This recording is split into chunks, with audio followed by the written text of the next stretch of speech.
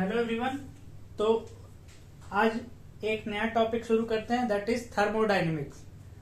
Thermodynamics which is an important chapter in physical chemistry. Okay, तो अब thermodynamics पढ़ रहे हैं। तो थर्मो वर्ड का मीनिंग होता है, thermo represent a form of energy. It represent a form of energy.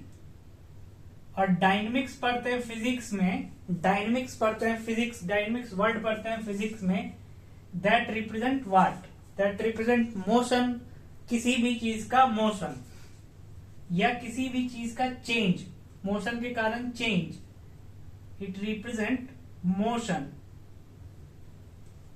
Okay, तो थर्मो वर्ड का मीनिंग हो गया a form of energy. Okay, और डायनेमिक्स वर्ड का मीनिंग हो गया something which is in motion. तो थर्मोडायनेमिक्स में थर्मोडायनेमिक्स दो चीज के बारे में डिस्कशन करता है, using its first law and second law. पहला फर्स्ट लॉ और सेकेंड लॉ को यूज करके थर्मोडायनेमिक्स दो चीज के बारे में डिस्कस करता है। सबसे पहला लिखते हैं, it deals with energy change. Okay, it deals with energy change that is taking place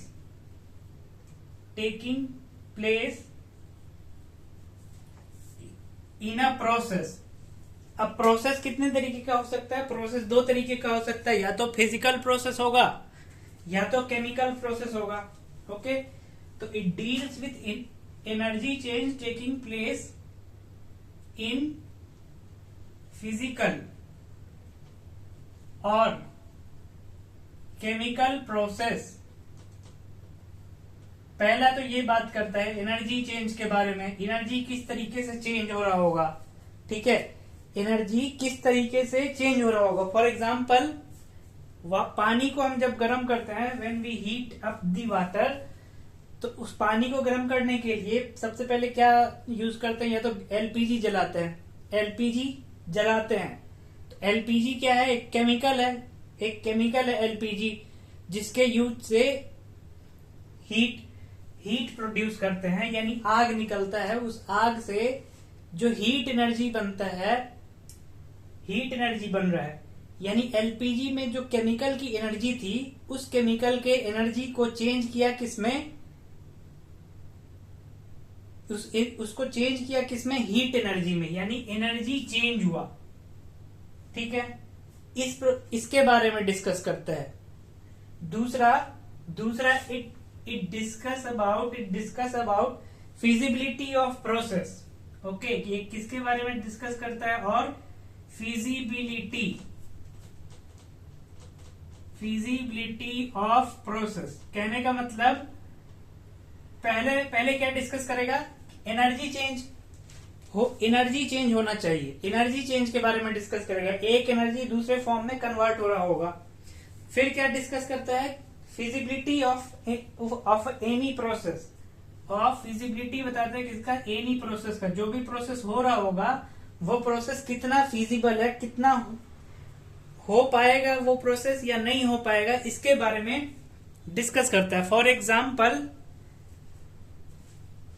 hot cup of water है, एक हॉट कप ऑफ वाटर है। ओके, इसमें हॉट वाटर है, इस कप में हॉट वाटर है, हॉट H2O।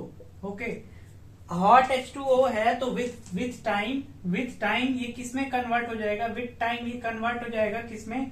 कोल्ड H2O में convert हो जाएगा।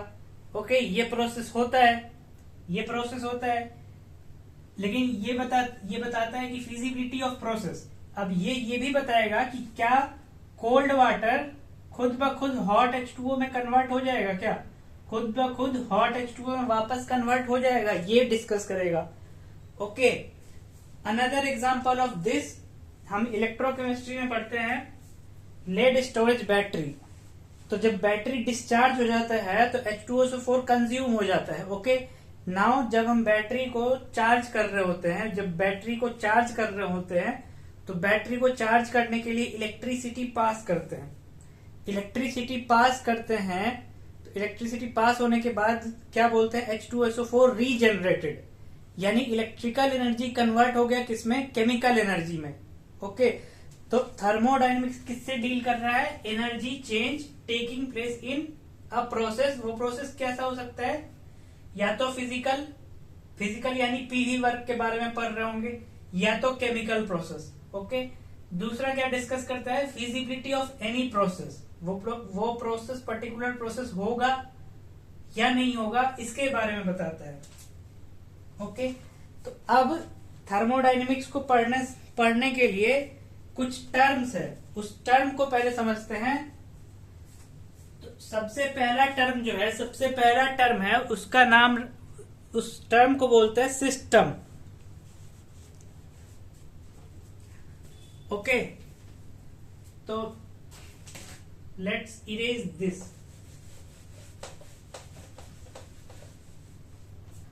सबसे पहला टर्म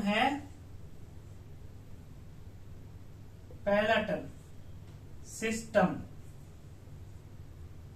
अब सिस्टम क्या होगा, जिस चीज के बारे में हम थर्मोडायनेमिक स्टडी कर रहे होंगे, जिस चीज को कंसीडर करके, जिस मैटर को कंसीडर करके उसके बारे में थर्मोडायनेमिक स्टडी कर रहे होंगे, उसको बोला गया सिस्टम। ओके, लिखते हैं, पहले डेफिनेशन लिखते हैं, स्पेसिफिक क्वांटिटी ऑफ मैटर, या स्पेसिफिक पर्टिकुलर अमाउंट को कंसीडर किया, स्पेसिफिक क्वांटिटी ऑफ मैटर, और या तो क्या होगा, उसको दूसरे वर्ड में कैसे बोल सकते हैं, region in space, reason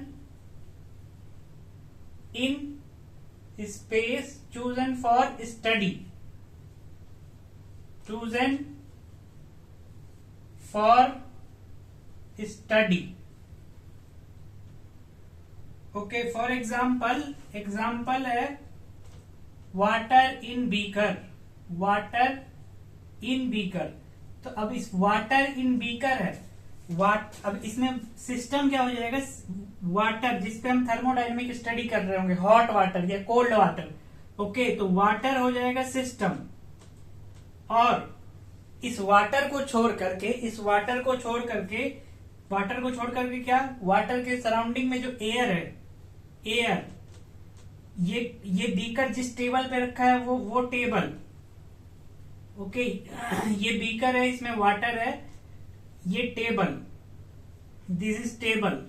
okay, जिस टेबल पे रखा है वो टेबल, सराउंडिंग एयर मॉलिक्यूल्स। ठीक है, ये खुद ये बीकर और कंटेनर जिसमें वाटर कंटेन है, इन सबको क्या बोला जाएगा, सराउंडिंग। ओके, यानी इन सबको क्या बोला गया, सराउंडिंग। तो सराउंडिंग के लिए क्या लिख सकते हैं, रीजन एक्सेप्ट सिस्टम।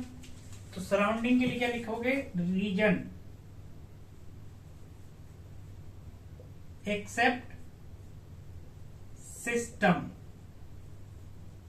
यानी जिसके बारे में थर्मोडायनेमिक स्टडी कर रहे हैं वो हो गया सिस्टम, और उस पर्टिकुलर मैटर को छोड़ करके जो भी चीज यूनिवर्स में प्रेजेंट होगा, जो भी चीज उस यूनिवर्स में प्रेजेंट होगा, उसको बोला गया सराउंडिंग।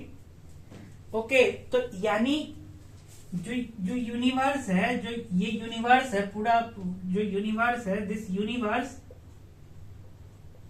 इसको दो भाग में बांटा गया, सिस्टम जिसके बारे में थर्मोडायनेमिक स्टडी करेंगे, प्लस सराउंडिंग। इसको वेन डायग्राम के मेथड से समझ सकते हैं। फॉर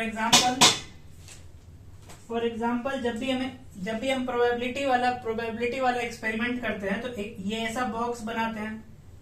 बॉक्स क्या रिप्रेजेंट कर रहा होता है, टोटल सैंपल स्पेस। ओके, ये सर्कल क्या रिप्रेजेंट कर रहा होता है, रिक्वायर्ड सैंपल स्पेस, जो हमें चाहिए। और ये रीजन क्या रिप्रेजेंट कर रहा होता है, नॉन रिक्वायर्ड इवेंट्स। ओके, तो ये ओवर यानी यूनिवर्स क्या हो गया, यूनिवर्स हो गया टोटल इवेंट्स। ओके, ये पूरा बॉक्स हो गया यूनिवर्स। सिस्टम जिसके जो हमें चाहिए, जिसपे हम थर्मोडायनेमिक स्टडी कर रहे होंगे, तो ये सर्कल के अंदर वाला पार्ट क्या हो गया, सिस्टम। और सर इस सर्कल को छोड़ के जो ये डॉट डॉट डॉट डॉट वाला पार्ट है, ये क्या पार्ट हो गया, ये हो गया सराउंडिंग। ओके, यानी इसीलिए लिखा universe is equal to system plus surrounding.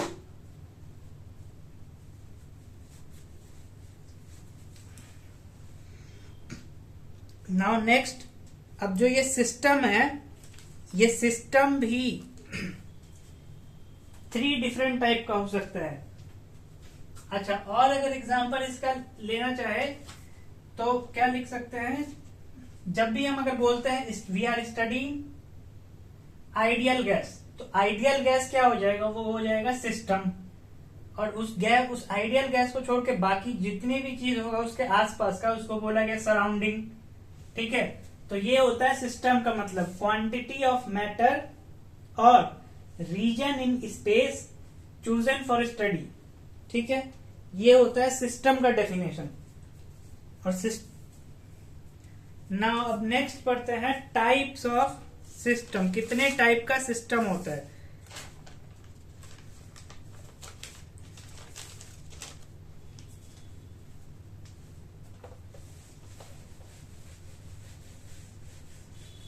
सबसे पहले ओके,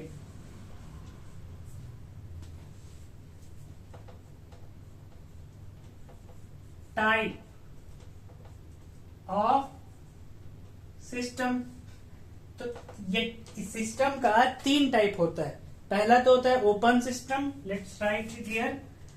पहला हुआ open system, open system. Okay, दूसरा होता है closed system, closed system. And तीसरा होता है isolated, third one is isolated. अब इन तीनों में डिफरेंस क्या क्या होता है, तो एक एक करके पढ़ते हैं। पहला अगर ओपन सिस्टम देखा जाए, ओपन सिस्टम, तो फॉर एग्जाम्पल पहले एग्जाम्पल लेते हैं। Again water in hot water in beaker. Okay, hot H2O। इस बीकर में गर्म पानी है, गर्म पानी है, गर्म पानी है ये। तो इस ओपन सिस्टम में क्या होगा, ओपन सिस्टम है अगर तो विथ टाइम ये गर्म पानी किस में कन्वर्ट हो जाएगा, धीरे धीरे इसका टेम्परेचर नॉर्मल हो जाएगा, यानी पानी ठंडा हो गया। ओके, दूसरा क्या हो सकता है कि जब ये पानी गर्म था तो वाटर किस में कन्वर्ट होते रहता है, वेपर में। वाटर किस में कन्वर्ट होते रहता है, वेपर में। और वो वेपर कहाँ जा रहा है, वाटर H2O लिक्विड कन्वर्ट हो रहा है H2O वेपर में।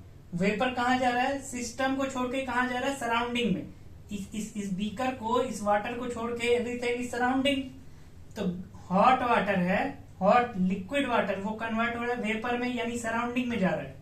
यानी ओपन सिस्टम में क्या हो रहा है, एक तो एनर्जी एक्सचेंज हो रहा है, हीट जो है इसके पास वो रिलीज हो जा रहा है। किसके पास जा रहा है, हीट। जैसे ये हीट रिलीज करेगा सिस्टम, तो वो कहा जा रहा है, सराउंडिंग में हीट जा रहा है। यानी जो एनर्जी है, एनर्जी एंड नाउ अब वाटर है, यहाँ पे वाटर ही कन्वर्ट हुआ वेपर में और वो सराउंडिंग में चला गया। यानी क्या लिख सकते हैं, energy and mass of the matter can exchange with surrounding. Energy and mass can exchange मतलब सिस्टम को छोड़ के सराउंडिंग में चला गया वेपर, यानी वाटर। दूसरा, एनर्जी जो था इसके पास, हॉट वाटर के पास, वो धीरे धीरे ठंडा हो गया। जो हीट था वो किस में चला गया, सराउंडिंग में। Energy and mass can exchange with surrounding. Okay, ये हुआ ओपन सिस्टम का एग्जांपल। ओपन सिस्टम का एग्जांपल और मतलब। दूसरा क्लोज्ड सिस्टम। क्लोज्ड सिस्टम में क्या किया कि बीकर यही रखा, इस बीकर में पानी गर्म ही है, hot again hot H2O, hot H2O, लेकिन इसमें क्या चेंज किया कि इस बीकर को कवर कर दिया, जो बीकर है इसको कवर कर दिया। यानी अब क्या होगा, नाउ अब ये हॉट वाटर है, इसमें एनर्जी तो एक्सचेंज हो पाएगा, धीरे धीरे पानी ठंडा हो जाएगा, पानी ठंडा हो जाएगा यानी पानी में जो हीट एनर्जी था वो किसके पास चला गया, सराउंडिंग के पास चला गया। लेकिन जैसे ही ये वेपर बन के निकलने की कोशिश करेगा तो ये इस वाल से टकराएगा, इस लिड से टकराएगा और जैसे जैसे टेम्परेचर डाउन होगा ये इस लिड पे ही कंडेंस हो जाएगा और फिर जैसे ही और कोल्ड होगा तो वापस ड्रॉप बन के इस लिक्विड में गिर जाएगा। यानी यहाँ क्या हो रहा है, एनर्जी तो एक्सचेंज हो रहा है सराउंडिंग के साथ, लेकिन जो मास ऑफ मैटर वो एक्सचेंज नहीं हो रहा है। ओके, एनर्जी यहां पे लिखते हैं only energy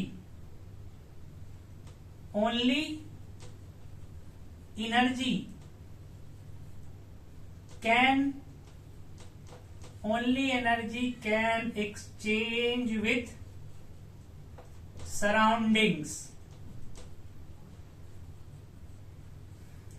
okay, only energy can exchange with surrounding.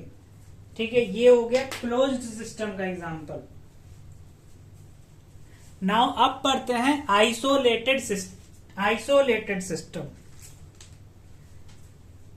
Isolated system अगर पढ़ेंगे, let's draw it here. Isolated system है, आइसोलेटेड सिस्टम का पहले एग्जांपल देखते हैं। आइसोलेटेड सिस्टम का एग्जांपल होता है थर्मस फ्लास्क। क्या एग्जांपल होता है, थर्मस। पहला एग्जांपल, एक और एग्जांपल है, पहला एग्जांपल थर्मस फ्लास्क। अब थर्मस फ्लास्क में क्या होता है, थर्मस फ्लास्क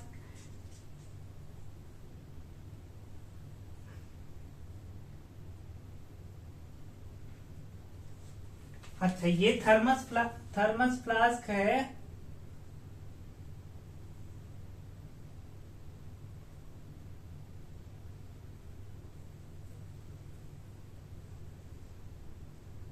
इस थर्मस फ्लास्क में भी हॉट वाटर रखा, हॉट H2O। ओके, अब थर्मस फ्लास्क का बॉडी कैसा होता है कि एक तो ये आउटर लेयर होता है, ये होता है आउटर लेयर OL, दूसरा ये वाला होता है इनर लेयर IL। इस दोनों लेयर के बीच जो गैप है, ये जो गैप है, इस गैप में एयर नहीं रहता है, एयर की जगह क्या रहता है, वैक्यूम। अब इस वैक्यूम के होने के कारण, वैक्यूम प्रेजेंट है, एयर प्रेजेंट नहीं है। एयर अगर प्रेजेंट रहता तो कुछ बात और रहती, तो ये इंसुलेटेड नहीं होता, यानी गर्म पानी जो है वो हमेशा गर्म नहीं रहता लंबे समय तक। वैक्यूम यहाँ पे है, तो जो ये हॉट वाटर है, इस हॉट वाटर में जो हीट एनर्जी है, वो हीट एनर्जी यहां से लेके यहां तक ट्रांसफर नहीं हो पा रहा है।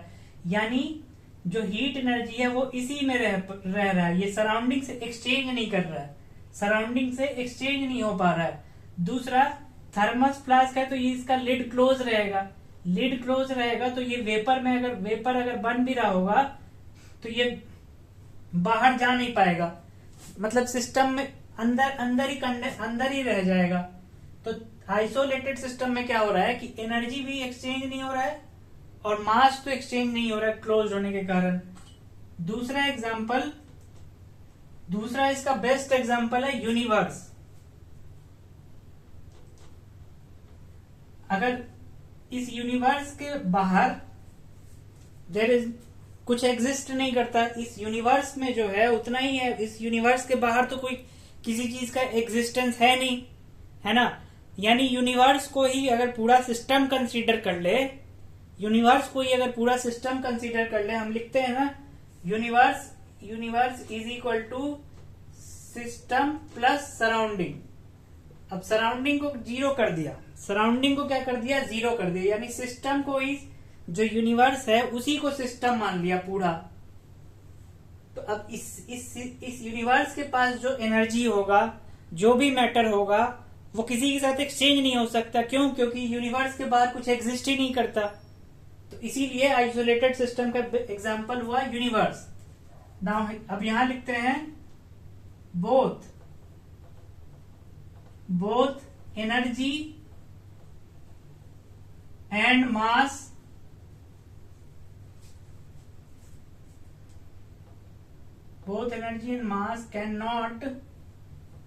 cannot be exchanged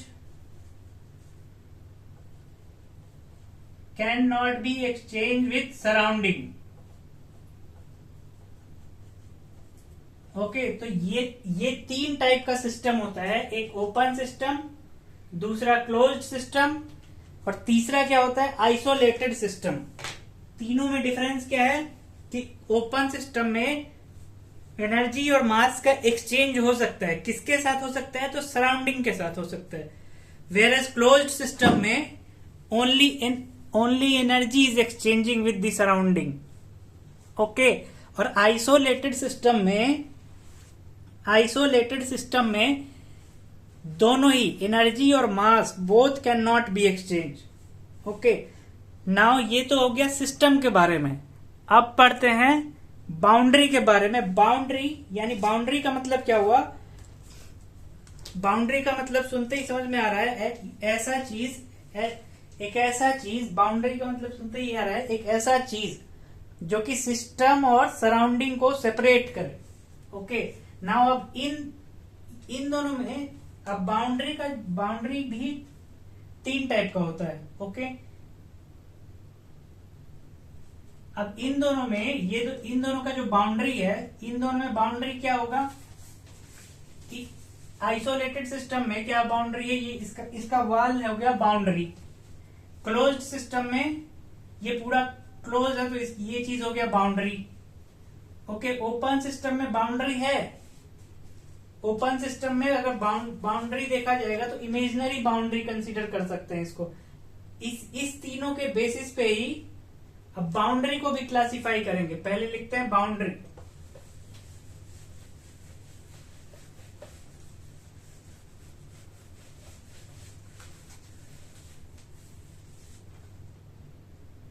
पहले लेट्स राइट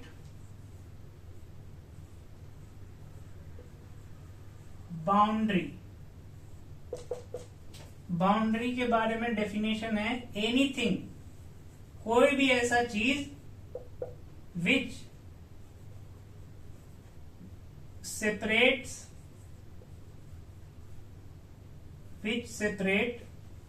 किसको सेपरेट कर रहा होगा? सिस्टम एंड सराउंडिंग को। System and surrounding. अब इसका भी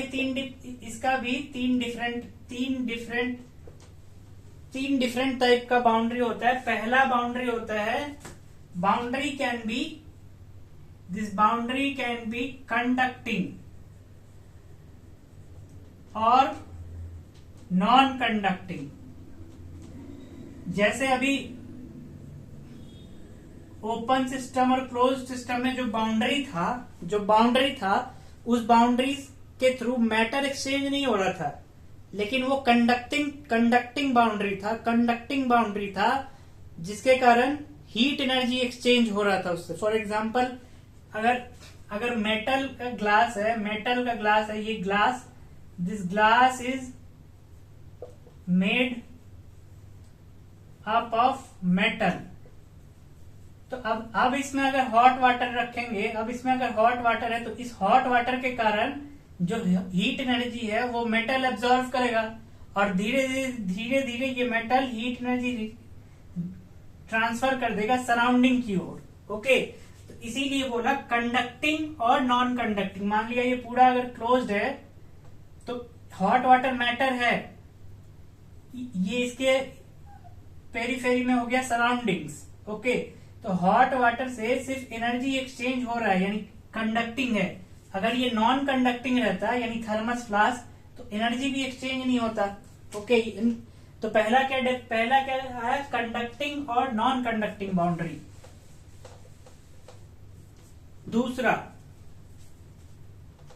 दूसरा है बाउंड्री कैन बी रिजिड और नॉन रिजिड। अब रिजिड बाउंड्री का मतलब, रिजिड बाउंड्री होगा अगर यहाँ पे फॉर एग्जांपल अगर एक सिलेंडर पिस्टन असेंबली को कंसीडर करें, सिलेंडर पिस्टन असेंबली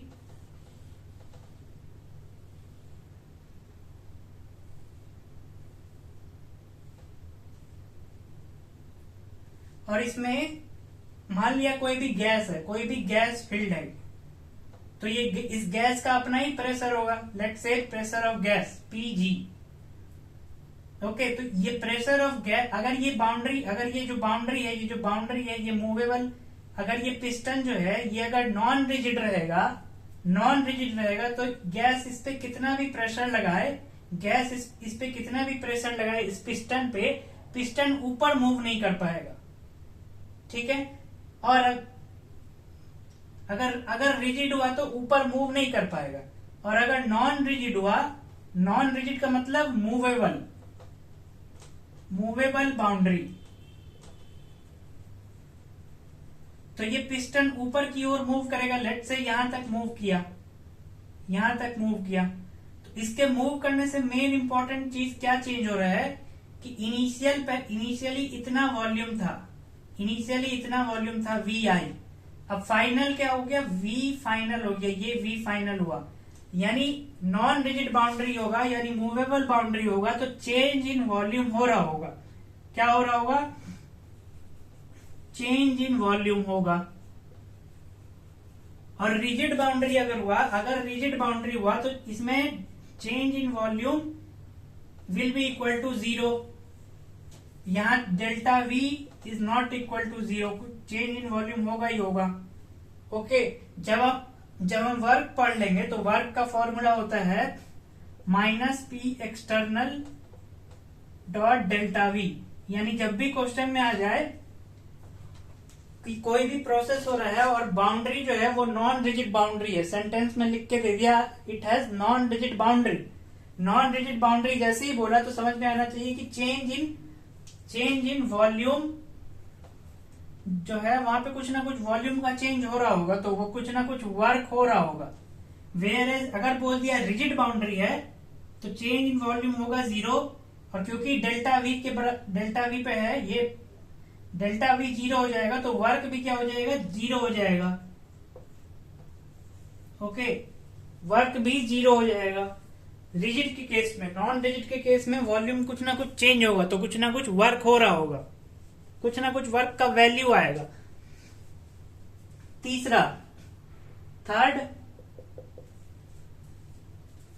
तीसरा है रियल और इमेजिनरी बाउंड्री। रियल और इमेजिनरी बाउंड्री। अब रियल बाउंड्री तो वो होगा जो कि दिख रहा होगा कि सिस्टम और सराउंडिंग को सेपरेट कर रहा है, जो कि दिख रहा होगा। ओके, और इमेजिनरी बाउंड्री होगा जो कि हम खुद कंसीडर कर रहे होंगे, टू स्टडी थर्मोडायनेमिक प्रॉपर्टीज।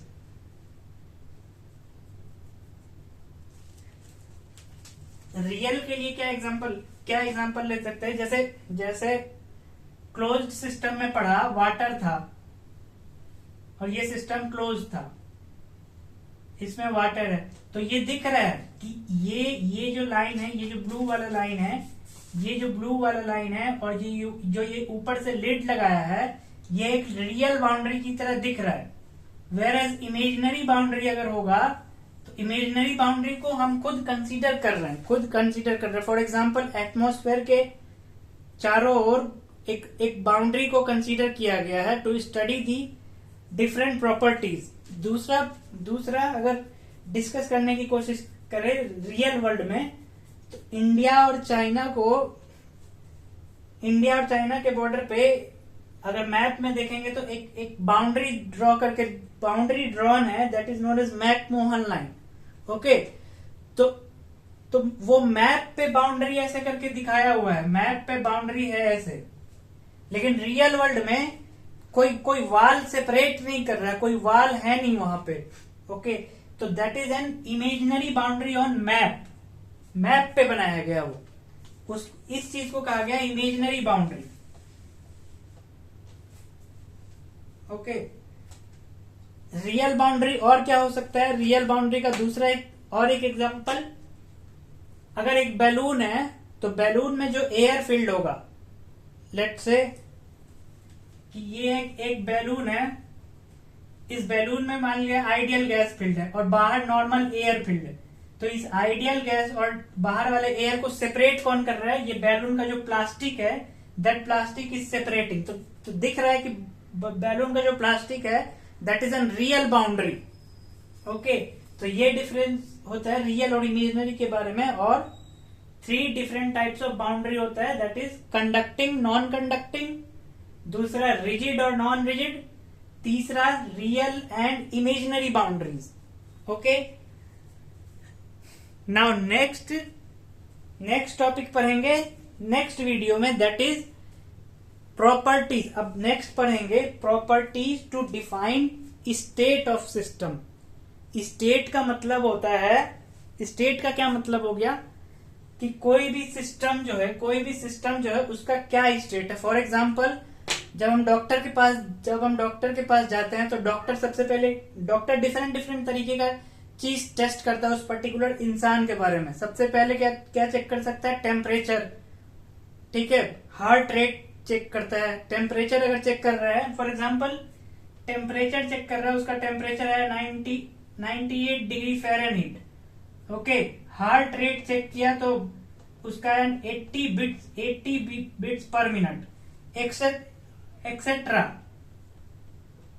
यानी ये सब चीज उस पर्टिकुलर इंसान का क्या डिनोट कर रहा है? स्टेट। ओके, टेम्परेचर हो गया, हार्ट रेट हो गया, एक्सेट्रा हो गया। उसी तरीके से to define state of a system हम डिफरेंट प्रॉपर्टीज पढ़ते हैं, जिसको बोला जाता है thermodynamic variable. For example pressure, ठीक है, एक गैस है, इसमें इस गैस का प्रेशर मान लिया है 2 atm, टेम्परेचर गिवन है 283 केल्विन, ठीक है, volume of this tank is 2 litre. तो ये क्या रिप्रेजेंट कर रहा है? इस गैस का स्टेट रिप्रेजेंट कर रहा है, जस्ट लाइक ह्यूमन। ओके, अगर इनमें से कोई भी चेंज हो गया, मान लिया प्रेशर हो गया 3 atm, तो कहा जाएगा ये जो स्टेट है, ये जो सिस्टम है गैस, इसका स्टेट चेंज हो गया। यहाँ स्टेट 1 कहेंगे, यहाँ प्रेशर 3 atm हो गया तो ये स्टेट 2 कहेंगे। ओके, तो ये पढ़ेंगे नेक्स्ट वीडियो में, दैट इज थर्मोडायनेमिक वेरिएबल, और जिसको दूसरा नाम भी होता है स्टेट फंक्शन, और एक फंक्शन होता है दैट इज पाथ फंक्शन। इसके बारे में पढ़ेंगे, ठीक है। ओके।